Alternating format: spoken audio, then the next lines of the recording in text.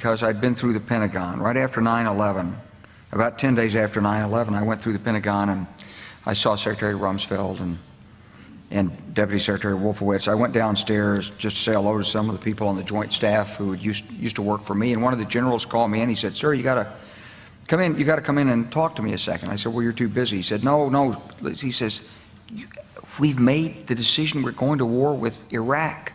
This was on or about the 20th of September. I said, "We're going to war with Iraq. Why?" He said, "I don't know." He said, "I guess they don't know what else to do."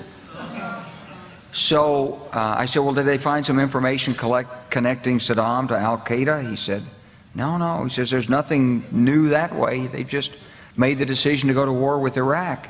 He said, "I guess it's like we don't know what to do about terrorists, but we've got a good military and we can take down governments." And he said, "I guess if the only tool you have is a hammer, every problem has to look like a nail." So I came back to see him a few weeks later, and by that time we were bombing in Afghanistan. I said, "Are we still going to war with Iraq?" And he said, "Oh, it's worse than that." He said, he reached over on his desk, he picked up a piece of paper, and he said, I just got this down from upstairs," meaning the Secretary of Defense's office today, and he said, "This is a memo that describes how we're going to take out 7 countries in 5 years, starting with Iraq and then Syria, Lebanon, Libya, Somalia, Sudan, and finishing off Iran."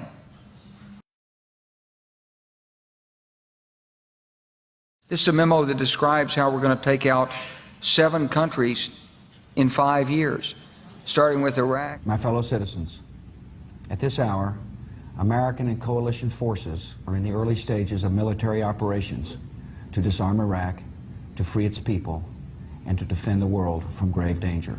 And then Syria. We had a chance to talk about a wide range of international issues, including the situation in Syria.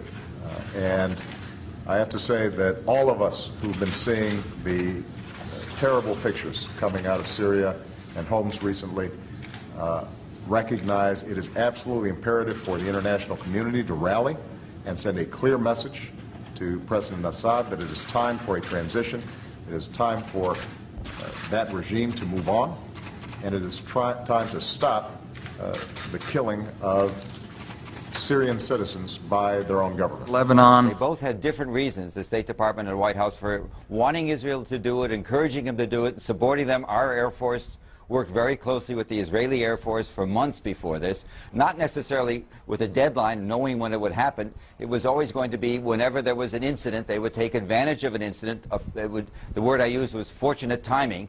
When Hezbollah grabbed some of the Israeli soldiers in early July, that was then a pretext, I think that's the only word, for a major offensive that had been in the works a long time. Libya. Today we can definitively say that the Gaddafi regime has come to an end.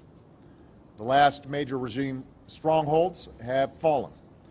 The new government is consolidating the control over the country, and one of the world's longest-serving dictators is no more. Somalia. Well, violence isn't only on the rise in Afghanistan. In fact, it looks like America's shadow wars have now increased by 1. Drone strikes have long been reported in Pakistan and Yemen, but now there's news that a week ago, a U.S. drone aircraft fired on 2 leaders of the Somalian organization Al-Shabaab. Sudan. President Obama is sending 100 combat-equipped troops to Central Africa to advise local forces on getting rid of one of the continent's most vicious operatives, Joseph Kony, the head of the Lord's Resistance Army, a group responsible for atrocities across the region. It's the first open deployment of U.S. ground combat power to Africa since the Black Hawk Down incident in Somalia in the 1990s that killed 18 troops. U.S. troops may wind up now in Uganda, South Sudan, the Central African Republic, and the Democratic Republic of the Congo. It's part of a growing military effort to engage in Africa. Finishing off Iran.